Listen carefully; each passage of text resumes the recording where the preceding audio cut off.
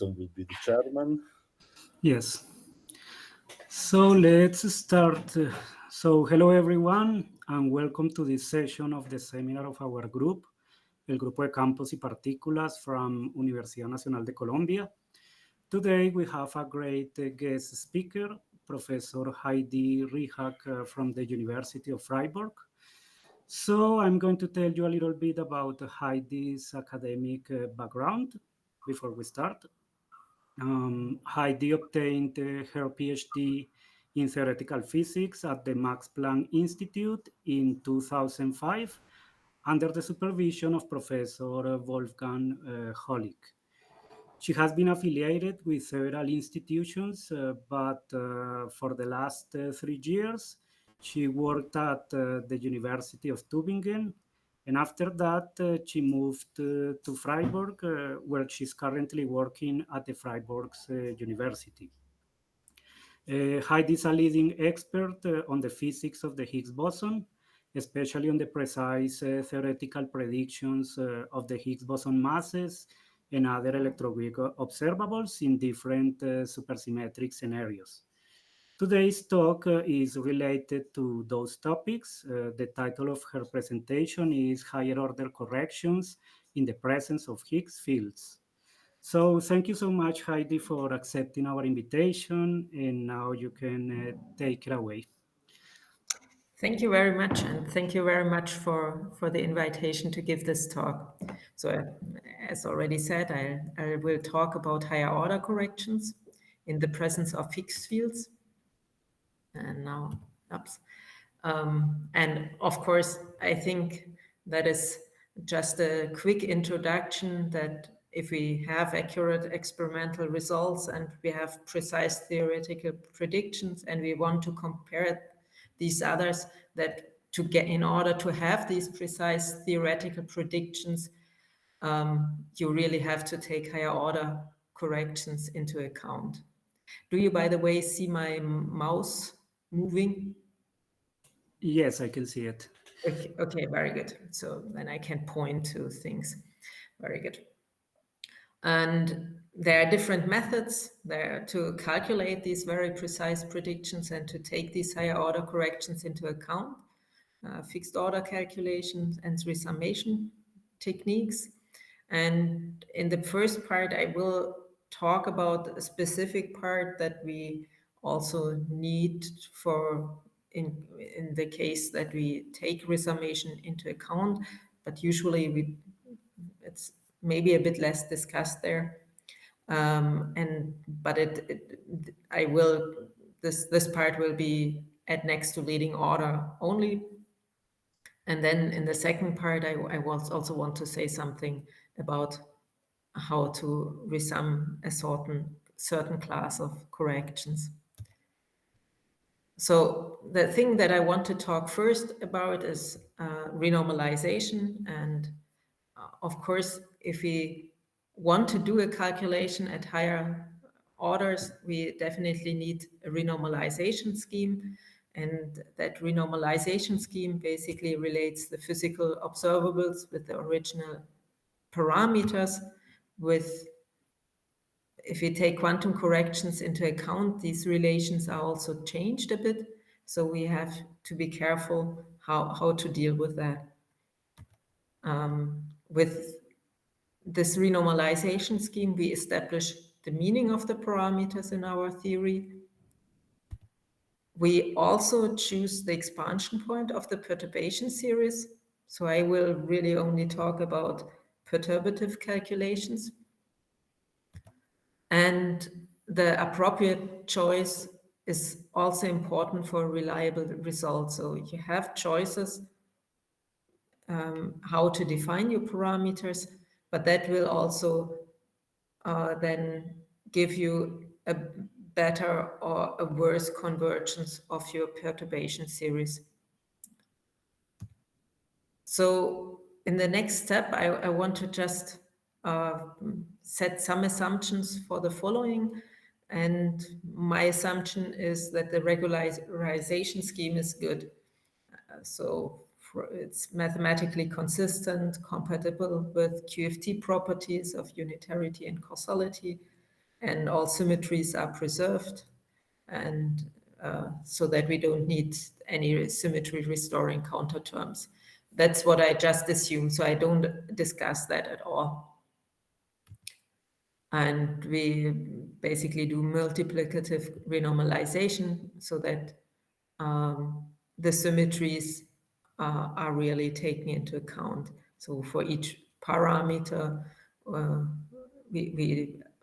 each independent parameter, we replace the bare parameter by a renormalized constant, renormalization constant, and a renormalized parameter that we then can expand in that way. And similarly for the fields. There are different criteria for reasonable renormalization conditions. For example, you want to have a numerical stable result in the end. You want to have that your perturbative expansion really converges. You don't want to have dead corners in your parameter space. So you don't want that you introduce, due to your choice of renormalization conditions, that you introduce any singularities in your physical observables that are not at all physical, but are just an artifact of your choice. And you want to have S-matrix elements that are gauge-independent functions of renormalized parameters. You rather want to have them simple so that you can avoid a dependence, or that's why you want to avoid the dependence on a specific physical process, because that would require the complete calculation of this physical process. And you also would like to have good decoupling properties in the case of heavy particles. But even though I will discuss heavy particles later on, I will not really discuss that last point there. And these criteria are, for example, formulated in these two papers here. And there are several issues with renormalization. For example, that you really have to make sure that your bookkeeping is fine and that you know the number of parameters that you can actually choose. Mixing angles are also a topic that is discussed quite often because they are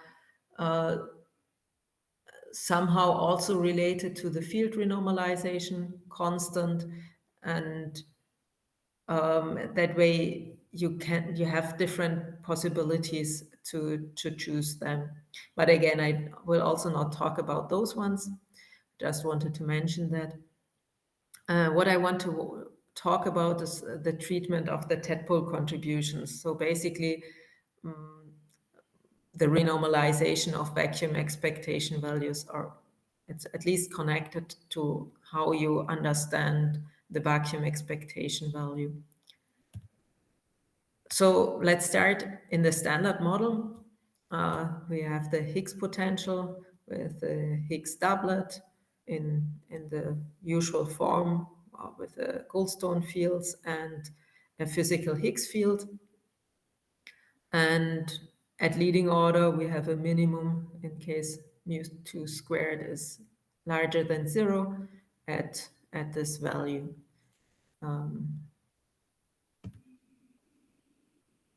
We can also rewrite everything in terms of a matrix, so that we define the Higgs fields in doublet forms, so Higgs doublet and matrix notation, so that then looks like that, where these field phi's are related to the Goldstone bosons that were shown on the page before.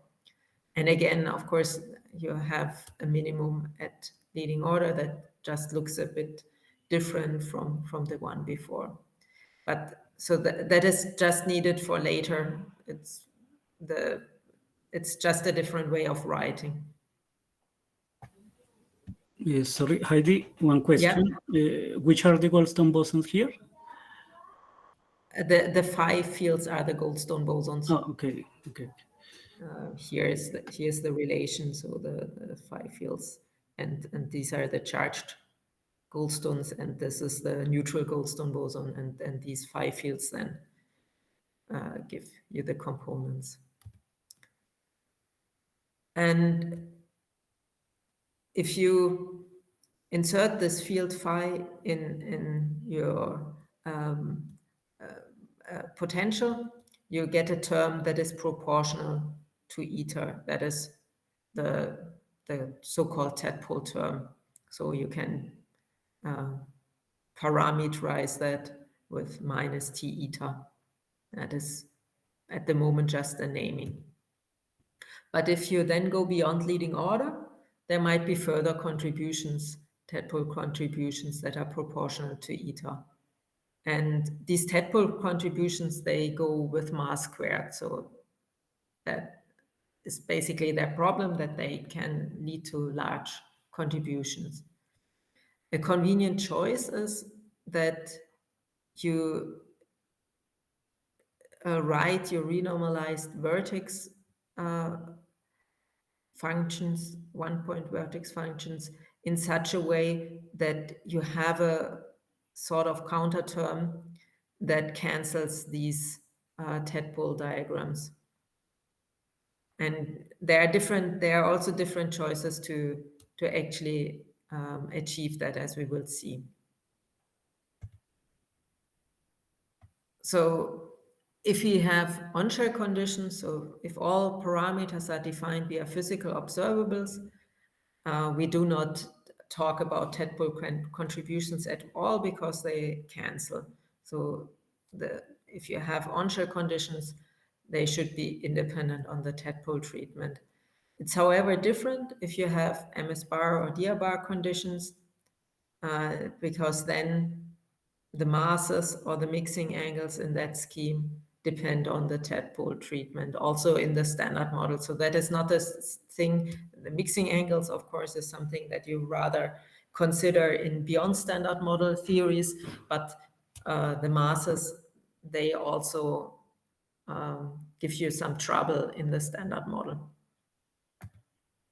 So there are two common treatments of the tadpole. The one is the parameter. Heidi, sorry, just a moment. I forgot before to ask you if I can record your talk. Yeah, that's okay. Okay, thanks. Sorry. Please go ahead. So the one treatment is the parameter renormalized tadpole scheme, and the other one is the Fleischer-Jägerlehner tadpole scheme. And in the first one, we expand about the loop-corrected minimum of the effective potential, while in the second one, we basically expand about the minimum of the potential at leading order. So that means in the first case that the minimum condition puts all these loop contributions together to 0. And if we choose as a renormalization condition that our tadpole parameter counter term is chosen in such a way that it will cancel all the true tadpole diagrams, then this is 0, and of course then the renormalized tadpole parameter will also be 0. That's shown here.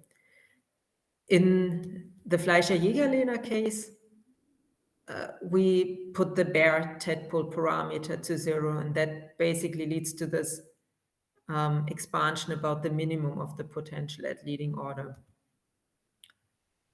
The bare parameter in the parameter renormalized tadpole scheme, however,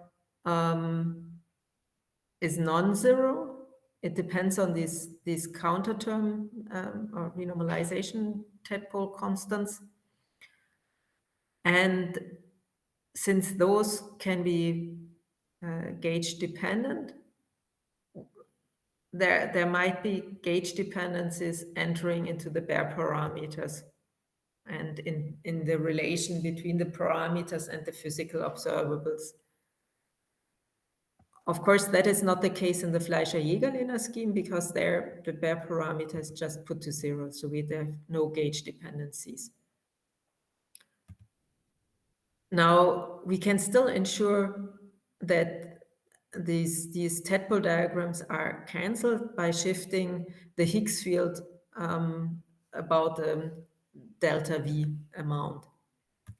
And then we get a term proportional in eta in the potential, that basically when we start with the mass term here and plug in this formula, we get one term that is mh squared delta V eta. And that way we get a term minus mh squared delta V plus t eta, which we can set to 0, so that we define this delta V. So this is a trick to still conveniently calculate also in the Fleischer-Jägerlehner tadpole scheme. However, the bad part about that scheme is that it leads to relatively large corrections. That is because of these tadpole contributions that are so large.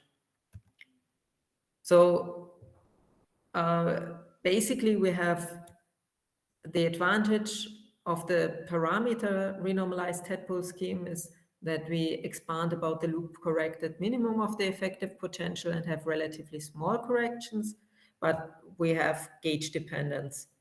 And the FJTS is gauge independent, but leads to relatively large corrections. So of course we were thinking about whether we could combine both. And the idea was then to expand about the corrected minimum of the effective potential, but use a field basis in which the vacuum plus the Higgs field is gauge invariant.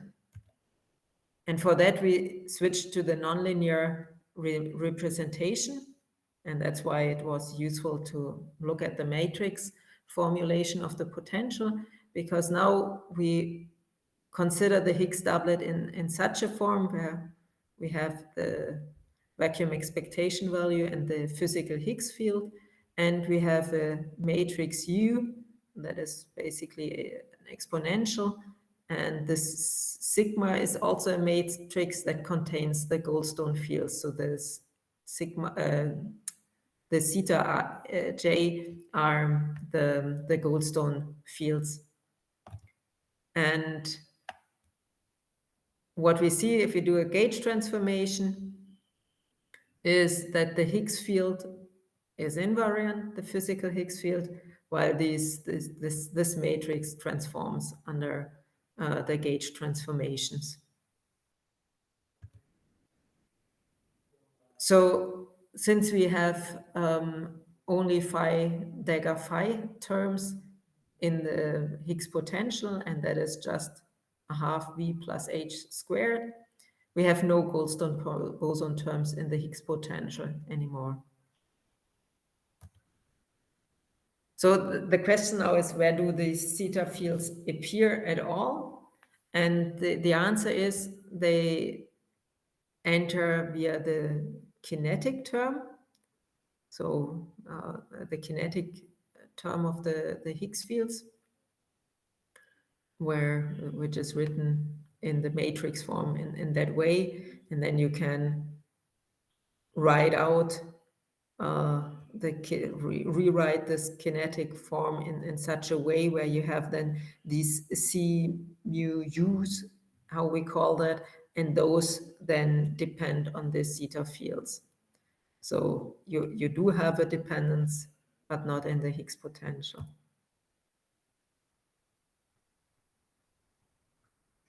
And yeah, this is now really writing out those terms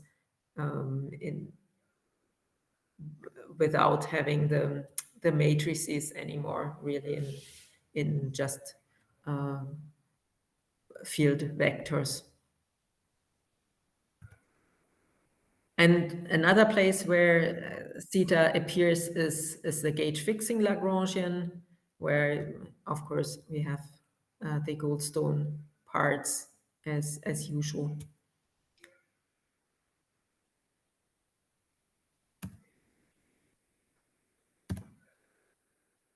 Okay, now of course, Heidi, yeah. why you don't define gauge fields as gauge independent variables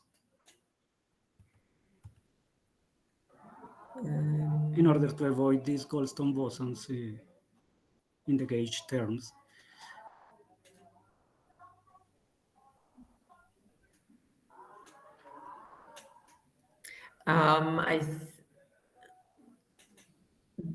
The way we are doing it is, it looks quite ugly, but in the end, for our purposes, it is actually quite convenient.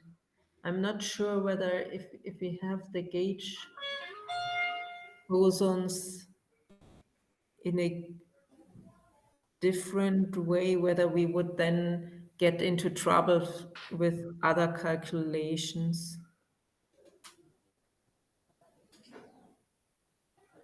So I would say we were basically focusing on really having this Higgs field being gauge independent. And then this is just for showing where we actually get contributions of those Goldstone fields. Okay. Probably you could I don't understand the question. I mean, the point is to stay in a gauge where the Goldstone boson disappears, or we want to consider the unitary gauge, or what? I don't. No, we want what I want to do is basically I want to find a scheme for the tadpole treatment that allows me to expand about the loop corrected minimum, but staying gauge independent. And the idea is now that we do this expansion, but we use a different field basis where the Higgs field is gauge invariant. So this is the main thing that we want to have this V Yes, plus H. but the gauge fields still they are in your case in the covariant gauge, in RC gauge. Yeah, but I think that does not really matter. No, Because since we are really interested in these tadpole terms and nothing else, we do not really get anything from these other fields. We just have to make sure that, again, we do it consistently. Okay. So we basically need the Lagrangian with these zetas so that we can actually calculate those tadpole terms correctly. And yeah, that is just the choice that we made. Okay. Now, what we need to do is, what we want to do is basically, in the end, we want to do our calculation in the normal linear representation, because that is how most calculations are set up. And if you use any tool, it will rather use this linear representation. So we don't want to change that, but we want to get the tadpole contribution that is gauge independent. And for that, we need to look at the relation between the eta field in the linear representation and these other fields in the nonlinear representation. And what you can see is that the eta and the h are linearly related, so that we basically, these zeta fields only appear in higher orders.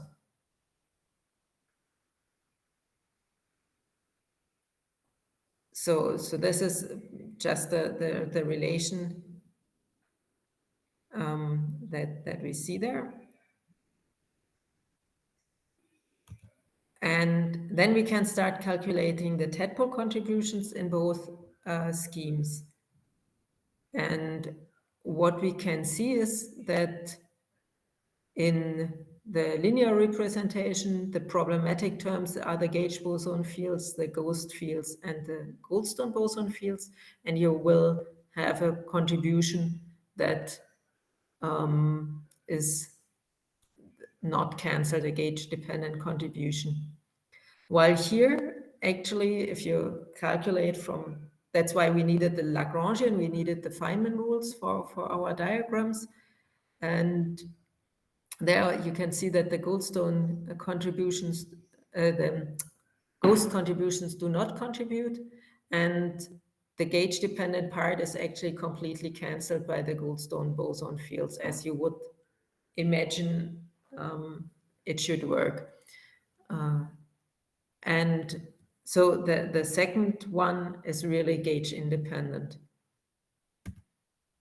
And you can split off this part then in terms of the gauge independent part and the part that is gauge dependent.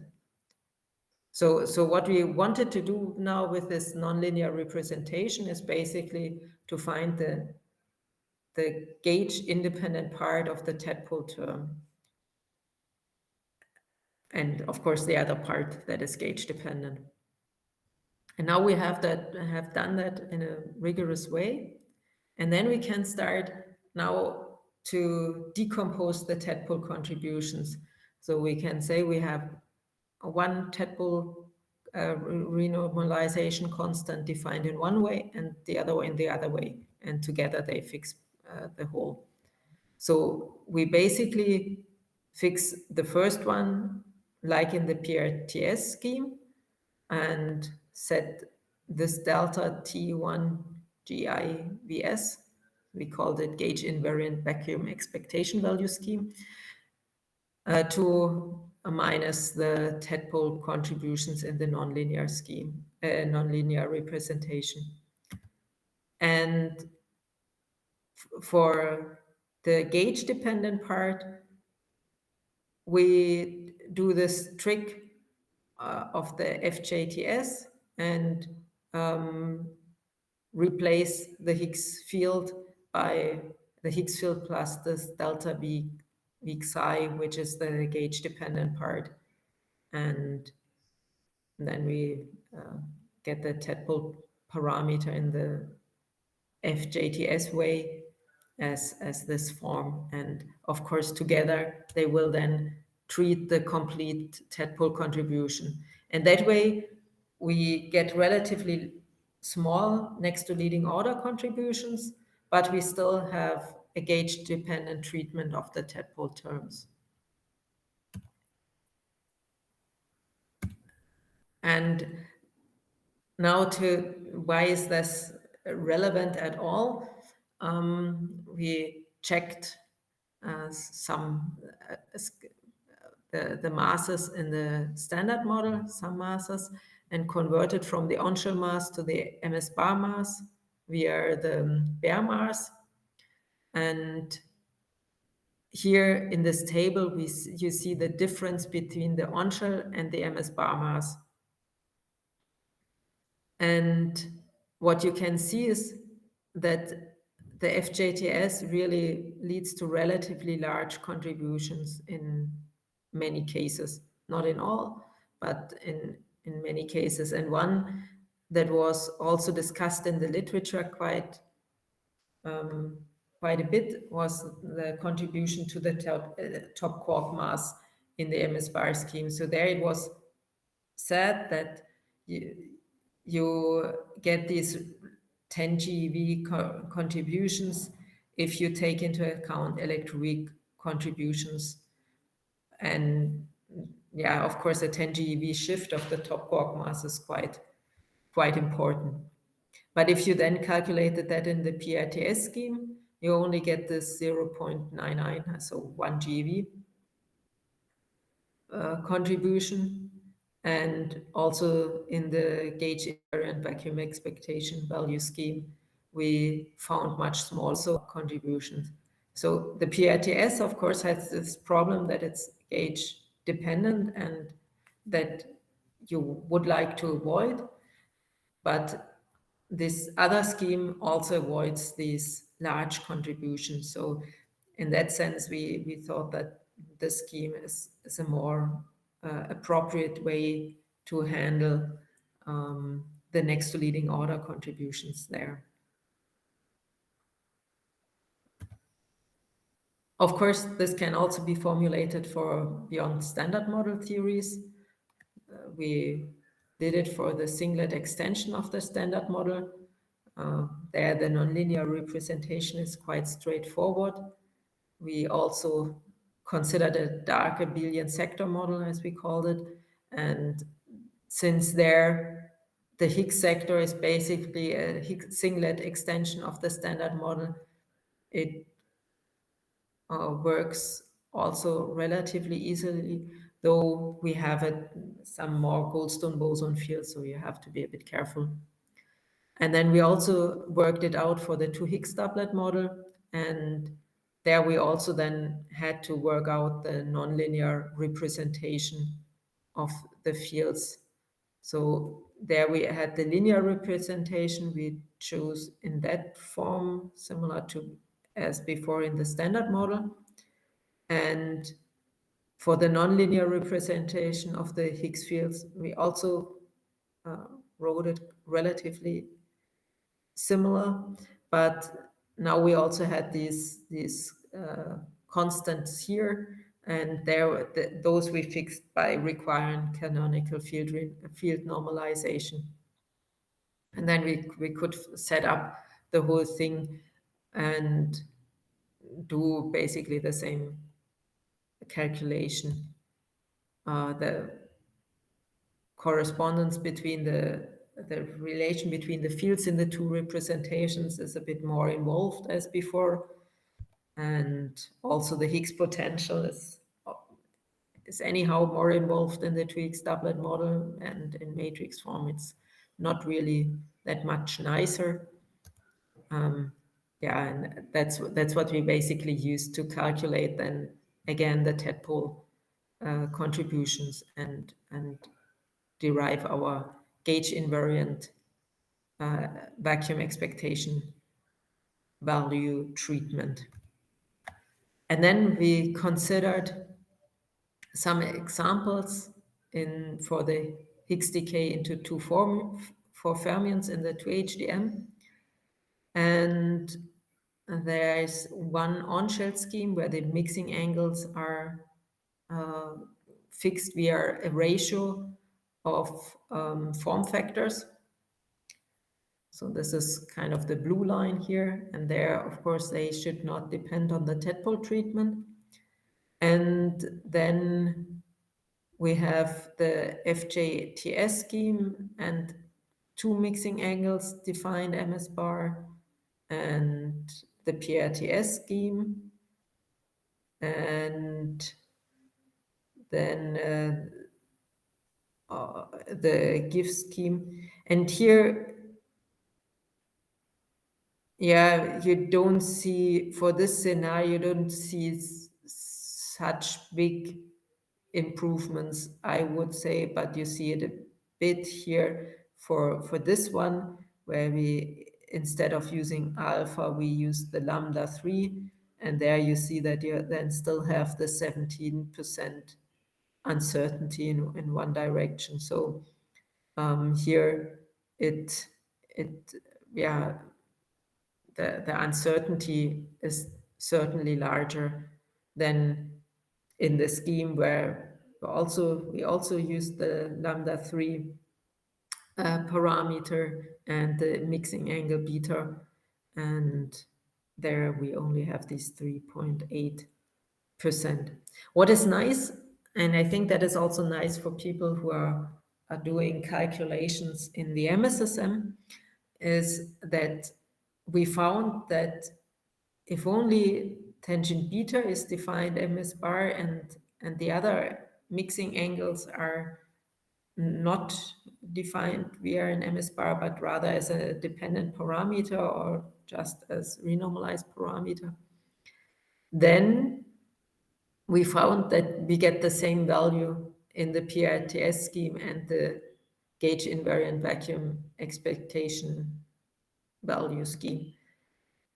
So that means, of course, still that the PRTS is in principle gauge dependent, but since you get the same result as a different gauge independent scheme, you can still reuse your old results. So that at least worked at next to leading order, which I thought was quite nice.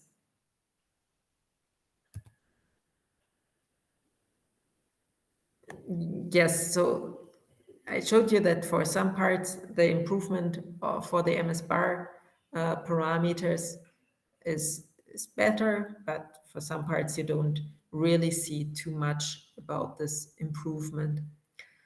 And if you then consider more processes and parameter regions, one can find that there are regions where these on-shell definitions, where you define the mixing angles via ratios of these form factors, still work better, in particular for the heavy CP even Higgs boson in the 2HDM and the decay into 4 fermions. There it's still problematic also if you use this gauge invariant vacuum expectation value scheme for the treatment of the TET poles.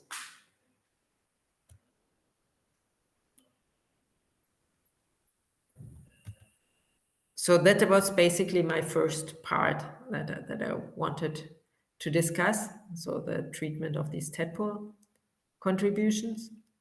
And in the second part, I want to go beyond fixed order, and I want to take as an example the Higgs boson mass spectrum in the next to minimal supersymmetric standard model. Since I was not sure whether everyone actually knows about the NMSSM, I did a quick, or I will do a quick recap or introduction of this model. Of course, you have an underlying supersymmetry that relates bosonic and fermionic degrees of freedom. And it's basically an extension of the minimal supersymmetric standard model. So it makes sense to start with the minimal supersymmetric standard model, the MSSM, first. And there's a quick recipe that you start with the standard model particles. You add a second Higgs doublet, which gives you then further Higgs boson, a further CP even, a CP odd, and a couple of charged Higgs bosons. And you really need the second Higgs doublet in order, for example, to generate up and down type fermion masses. And then you add superpartners to all these degrees of freedom. So to all the fermionic degrees of freedom, you get a bosonic one, and to all the bosonic ones, you get a fermionic one. And if supersymmetry is unbroken, the mass of the superpartner and the mass of the 2HDM particle is the same, and that is of course experimentally excluded, otherwise we would have seen superpartners already. So what is usually done is that some SUSY breaking terms, so an explicit supersymmetry breaking is added, and that usually gives you many new parameters in your theory. And if you go then to the next to minimal supersymmetric standard model, you add a further Higgs singlet, where you then have a further CP even Higgs boson and a CP odd Higgs boson. Of course, if you have CP violation in the Higgs sector, then those contributions may also mix. And you also have more Higgsino particles. So this was a quick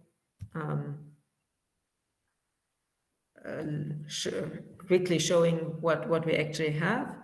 And Unfortunately, for the superpartners, there is no direct hint for the existence of these particles at the moment. So coming back to the example, what do you do when you do a calculation of the Higgs boson masses in the NMSSM or the MSSM? The principle is the same.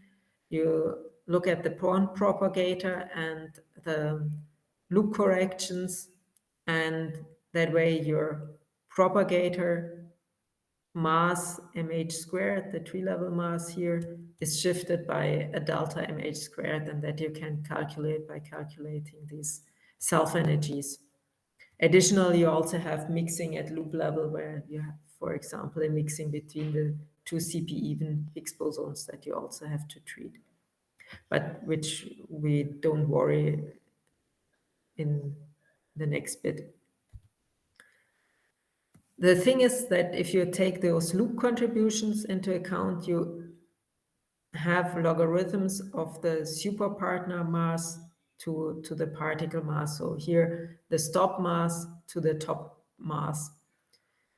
And since we have not seen any superpartners, one could imagine that these superpartners, if they exist, are really heavy. And then these logarithms become large, and they can spoil, again, the expansion of your perturbation series.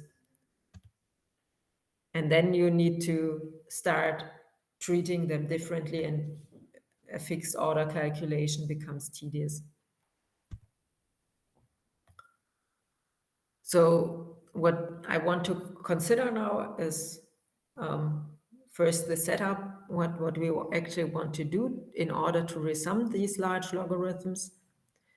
So we have a certain specific extension of the standard model. In our case, it will be the NMSSM, and that has heavy undiscovered particles that lead to large logarithms, as just said. And this specific extension can be connected to the effective field theory.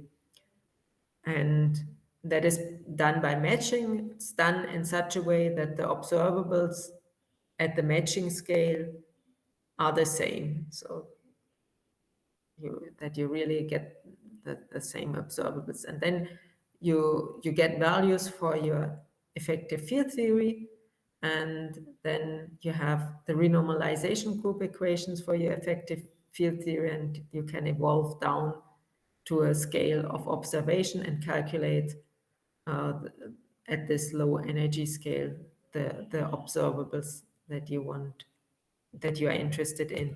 And that way you resum large logarithms.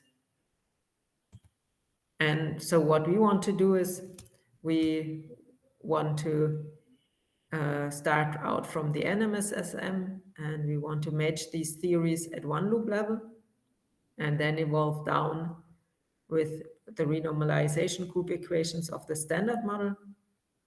And then we want to calculate the Higgs mass spectrum. Here that is wrong. It should be just basically the Higgs mass, because of course in the standard model we have just one mass. There I was still having in mind a 2HDM, but here we are just considering the standard model. So there are different possibilities to do the matching, and basically what we want to match is the Higgs sector, and we want to we are interested in the Higgs mass at the low scale in the existence, in the case that heavy superpartners exist.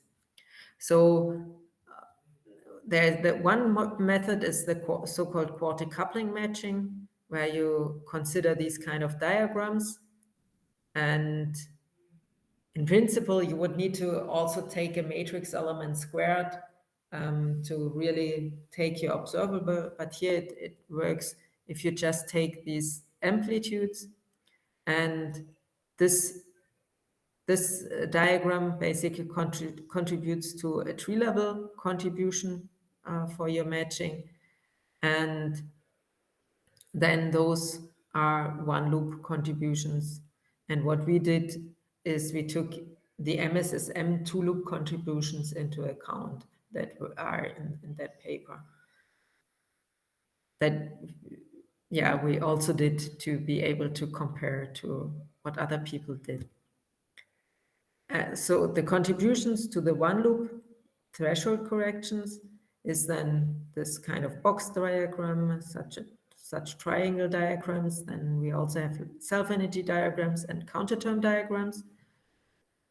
And then we have some further contributions that we have to take into account, since we use the DR bar scheme as a regularization scheme in the NMSSM, and in the standard model we use the normal MS bar scheme, and then that can lead to some differences, and that we have to take into account, so that we really make sure that we describe then the same physics at the matching scale. And that way, yeah, that way we get the quartic coupling in the standard model that we then can evolve down. The other possibility is to use a pole mass matching, where we basically identify the Higgs mass in the standard model and in the NMSSM. So we basically say that the masses are the same. And then, of course, we can calculate these masses in the respective theory. So in the NMSSM, we basically, of course, there we have the Higgs mass matrix. But since we are just at one loop, the contributions of the other matrix elements here would just be of higher order. So if we are careful with our orders, we take the correct contributions into account here. In the end, actually, well, that I say maybe in a couple of minutes. So yeah, that is then the calculation that we do. So we reuse the self energies that we also used to when we calculated our Higgs mass spectrum at fixed order in the NMSSM. We could just reuse those. And then we need to expand in V, where V is the vacuum expectation values, the sum of the expectation values, VSU squared plus VD squared, over M SUSY, and M SUSY is the mass scale of the supersymmetric partners.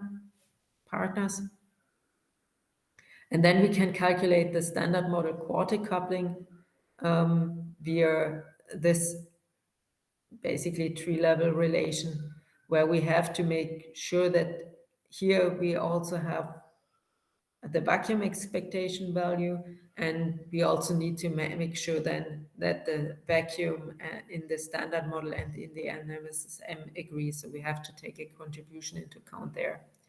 And that way we can also get a quartic coupling. And to this quartic coupling, we also add the contributions of the two loop, just to be comparable in the end.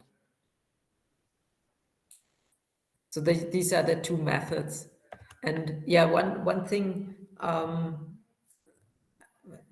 just to say here at that stage, now when you then want to calculate the results, you have the problem that you have some parameters that you know from the low energy scale and some at the high energy scale.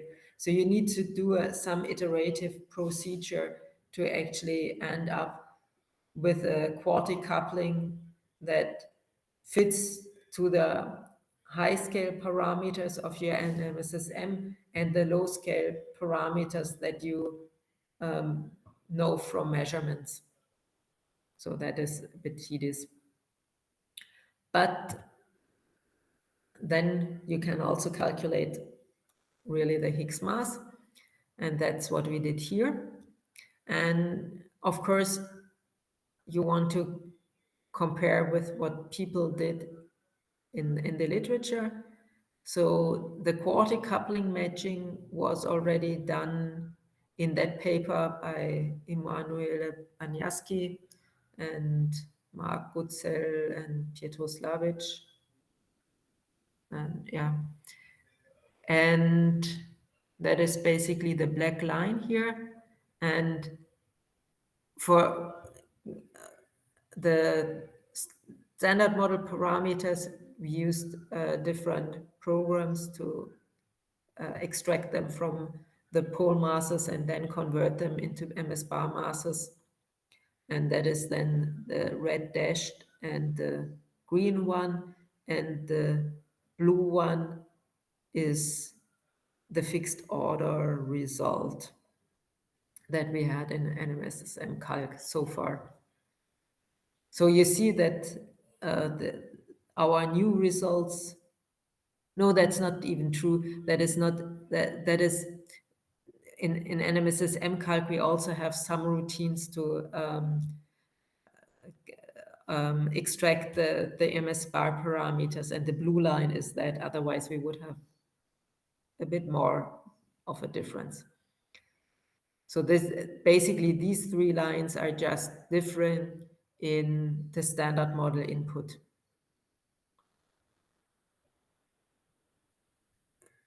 But as you can see, it's in a very good agreement with these, with the paper of these people. And here on the right-hand side, we then were comparing our results. So here I have actually the fixed order results of NMSSM calc, which is this black line here, and the quartic coupling matching and the pole mass matching. And you see that for this scenario, those two really agree very well. And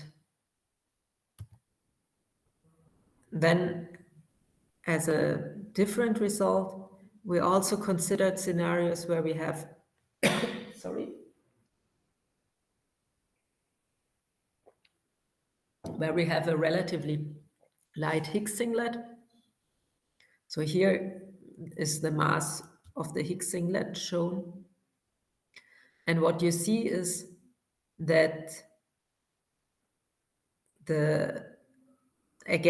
have the quartic coupling matching curve in blue, and we have the pole mass matching curve in red. And in addition, we have two different approximations at fixed order.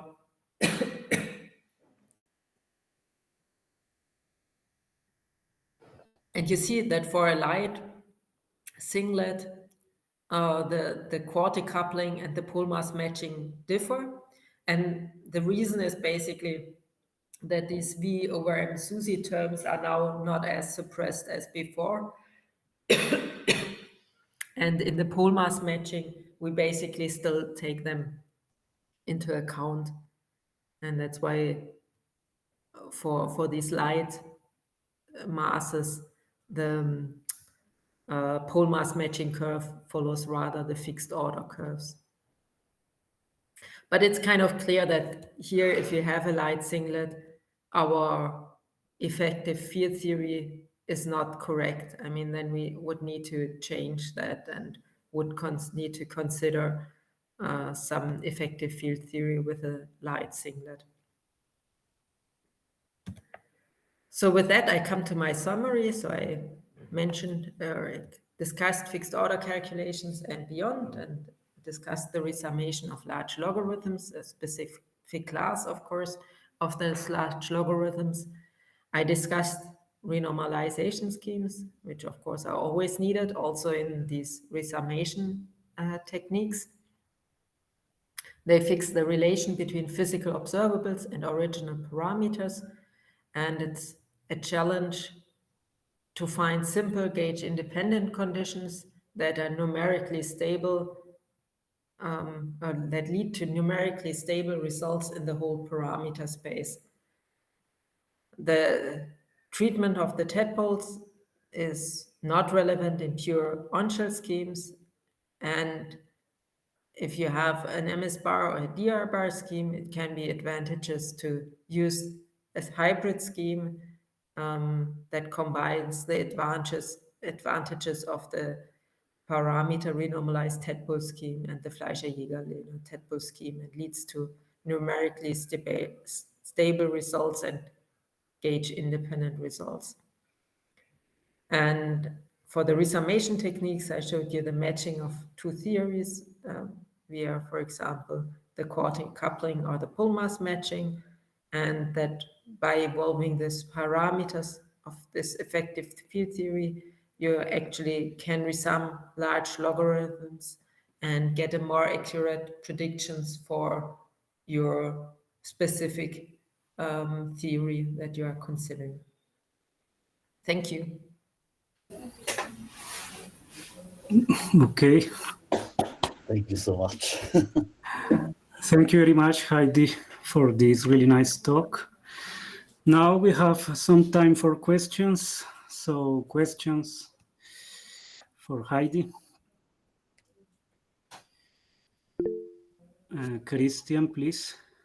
Hi, thank you for your talk. I have just two questions. In the 76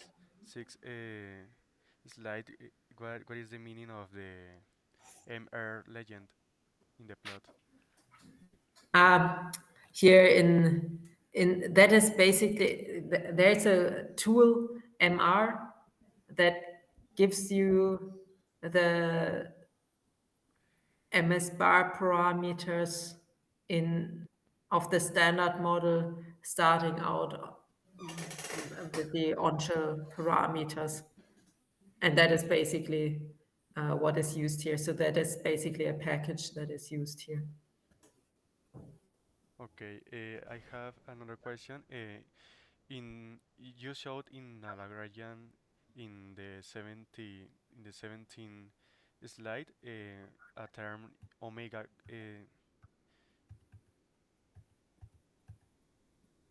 before in the Lagrangian. Yeah, Yeah. that omega is a projection operator. Yeah, basically, you need to introduce that to make sure that you get the right Higgs potential. So at the beginning, we didn't have that, and then we were kind of confused because even in the linear representation, if we just use the matrix form for the Higgs doublets, we didn't get the right form. So that's why we needed to introduce that here, that you get the right contractions, basically. Okay, I see. Thank you so much. Okay. Are there more questions?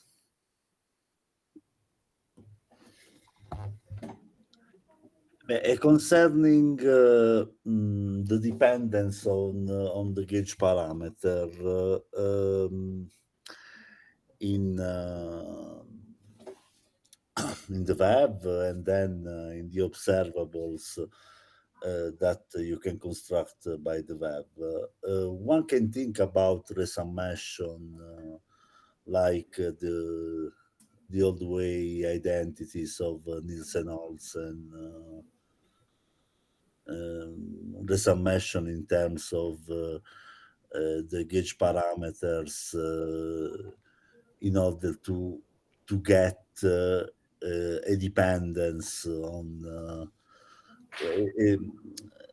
a more smooth dependence on that parameters and not large contributions from the You mean you could think of trying to kind of resum those tadpole contributions.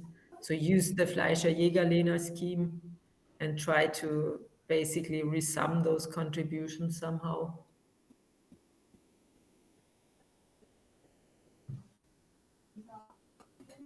in order to get somehow not anymore large logarithms in terms of the gauge parameters, somehow resumming the gauge parameter like resumming and in analogous way of the renormalization scheme, renormalization mass. Yeah, I think that is probably, I mean, the gauge parameters. So in some sense, I would say a gauge-dependent result is, if you first look at it, it's not much more problematic than having a scale-dependent result, I would say, because you have an unphysical parameter in your um, in your result, and you can fix that by uh, yeah measurements also, and then you fix your uh, top quark mass at the scale and at the gauge, blah blah blah, and then you can calculate that. So that is But not really however, an issue, but of you need course, higher orders in order to stabilize your result, and then or maybe resummation. Analogous resummation could be thought in terms of the gauge parameter. I think the problem here is really that you have, I mean, the gauge parameter kind of enters in such a way that it's not easily um, yeah translated as you have with the renormalization scale. So I'm not sure whether you could resum that, and I'm not sure how much more sense it would give, since you would still have then this gauge dependent part. So I mean, the thing is really that if you calculate in a gauge dependent scheme, um, then you have to do basically all your calculations in this gauge dependent scheme, and then you can also get um, comparable results, because of course you basically extract those parameters at the scale and the gauge. That is doable, but I'm not sure whether you would be able to resum anything. Maybe rather that you could resum these tadpole contributions if you are in the gauge independent part, so that you start with something gauge independent and then you try to resum. But on the other hand, it seems that these contributions are not really physical, and then I'm not sure whether the resummation makes sense. So if you just choose a bad point in your expansion, then yeah, maybe it would work, because you would say, if you then if you are at a bad point in your expansion, you still get the same result if you take all contributions to all orders into account. So maybe you could do something with resummation there. With resumming the gauge dependent part, I would be more skeptical that that would help you at all. But however, always you have, for instance, BRST invariance of your one PI effective action. Mhm. So I mean, this would somehow be a sort of analogous of the normalization group equation where the analogous of the sliding scale is the gauge parameter. I mean, somehow this will be translated in a sort of way of resummation. Yeah, I think that, yeah, if you had something like that, and which then also gave you some feeling of how bad your gauge dependence is, then I think that would be also a doable way, because then it's really like with the renormalization scale. I mean, that's not really physical, but you go to a region where your renormalization scale dependence is rather flat, and then you say, okay, I have a good scale for my observable, and then I calculate that, and I'm happy with that. Even though there is some scale dependence, but as long as it's not steep, and you know which scale you chose, You can also translate then your result into another scale. That's all good. But I think that's more problematic apparently for the gauge parameter. Otherwise, I think that would be also doable, that you say, okay, I have my result in the one gauge, and then I just translate it into the other gauge, and I don't really care. Landau gauge has some features which make the stability somehow more evident, somehow connecting the result of the gauge to the Landau gauge in a way which is analogous to the renormalization group approach, but with the gauge fixing parameter could maybe allow to see such stability. I mean, there are analogous things that I have not seen a lot about that have been really explored. Yeah, I have neither. Yeah. Okay. I Okay. think usually people are kind of are reluctant to try that. But yeah, maybe I don't know whether it could be that it's more complicated to calculate. I mean, at least, yeah, I think the scale dependence is still relatively easily calculable. So might be that. Yeah, but in principle, the analogous of the dependence of the parameter of the gauge parameters are done in terms of a sort of a sort of analogous of Kalan-Szymanczyk equation. So somehow and those relations maybe at one loop are not so difficult or became much more involved at a higher loop, but in principle I think it is something that should be looked at.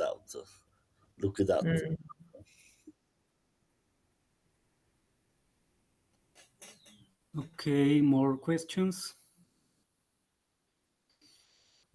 Heidi, how large can be the theoretical uncertainty of the Higgs boson mass in the next 2 MSSM? Do you have any how estimation? large?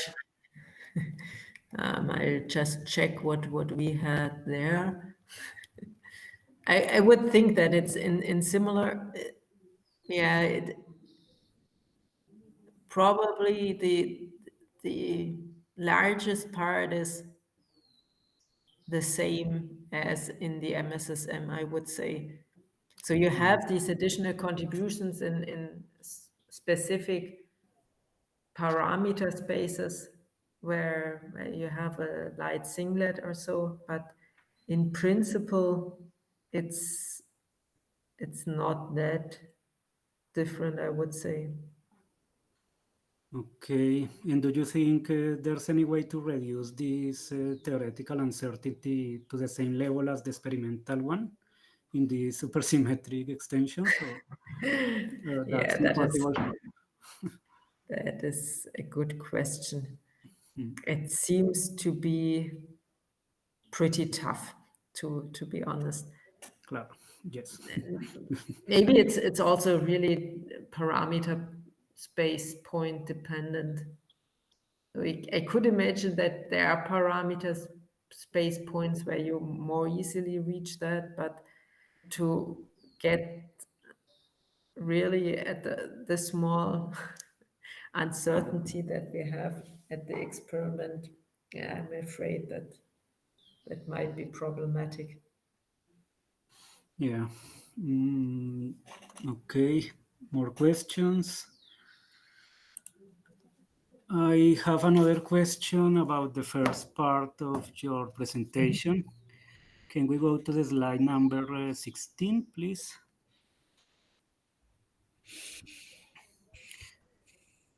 Yeah, here do Yeah. these desirable properties of your gauge invariant scheme hold at the tulip level order, or This is just next to leading order.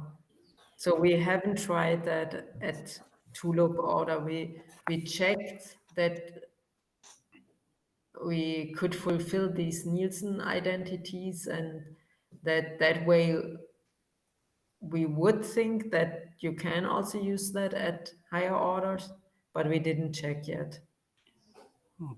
okay? But what's going on with the tulip propagators with poles, where poles can acquire imaginary parts in the presence of unstable particles? Um, I mean, I think there we would use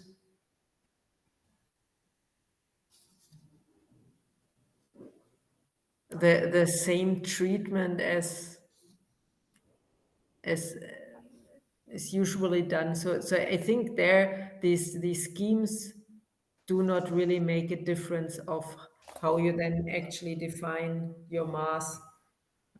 I mean, usually you would take the complex pole and take the define the mass as the real part of the complex pole, and that you could do with that too. So I think there's no change in that. Okay.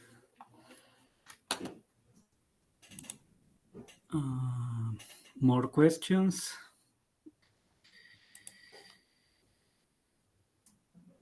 Okay, if there are no more questions, we can end here.